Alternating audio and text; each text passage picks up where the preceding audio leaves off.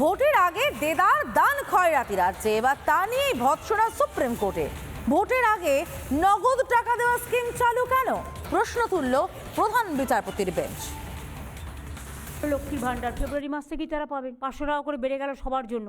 ধরুন civic, green police, গ্রামীণ police, ICDS, আশা কর্মী, প্যারা টিচার, শিক্ষাকর্মী, শিক্ষাবন্ধী, সব নানা রকম আছে যেগুলো অলরেডি বলেছে, এগুলো তো যুক্ত করা হয়েছে।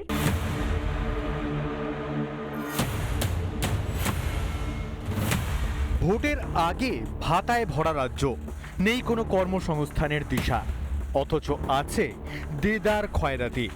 ভোটের আগে এমন দান খয়রাতি নিয়ে প্রশ্ন তুলল খোদ সুপ্রিম কোর্ট। দেশে কি ধরনের সংস্কৃতি তৈরি করছি আমরা? ভোট এলেই দান খয়রাতি কেন? রোজগারের সুযোগ তৈরি করা রাজ্যের কর্তব্য। ভোটের আগে ফ্রিতে জিনিস না বিলিয়ে রাজ্যগুলি নিজের নীতির সমীক্ষা করুক। হাসপাতাল, স্কুল, কলেজের উন্নতিতে জোর দেওয়া দরকার। ভোটের আগে ভোটারদের মন ভোলানোর জন্য প্রতিশ্রুতির ফোয়ারা বয়ে যাচ্ছে। পুরনো স্কিমের নাম বদলে খয়রাতি হচ্ছে, কিন্তু এতে যুব সমাজের লাভ কি হচ্ছে? এই নির্দেশ অবশ্য তামিলনাড়ুর জন্য দিয়েছে শীর্ষ আদালত, কিন্তু বাংলার ক্ষেত্রে এই কড়া পর্যবেক্ষণ একেবারে প্রযোজ্য।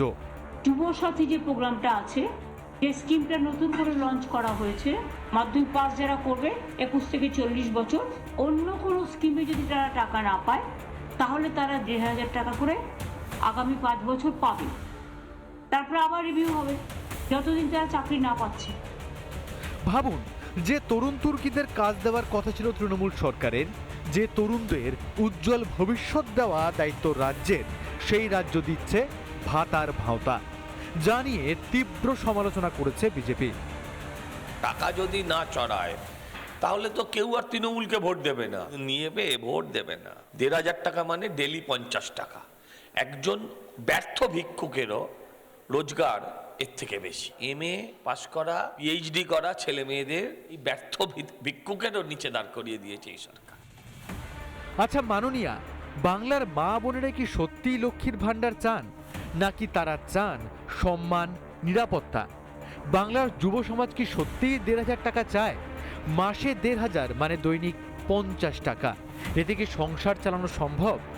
এর আগে তো যুবশ্রী প্রকল্প ছিল, সেই প্রকল্পকে গ্যারেজ করে নতুন নাম দিয়ে ভোটের আগে প্রকল্প। কোন স্বার্থে, কার স্বার্থে? রিপাবলিক বাংলা। নানা ধরনের কন্টেন্ট দেখার জন্য লাইক করুন, শেয়ার করুন আমাদের ফেসবুক পেজ, সাবস্ক্রাইব করুন আমাদের ইউটিউব চ্যানেল। পাশাপাশি অন্যান্য ব্রেকিং নিউজের জন্য অবশ্যই চোখ রাখুন রিপাবলিক বাংলায়।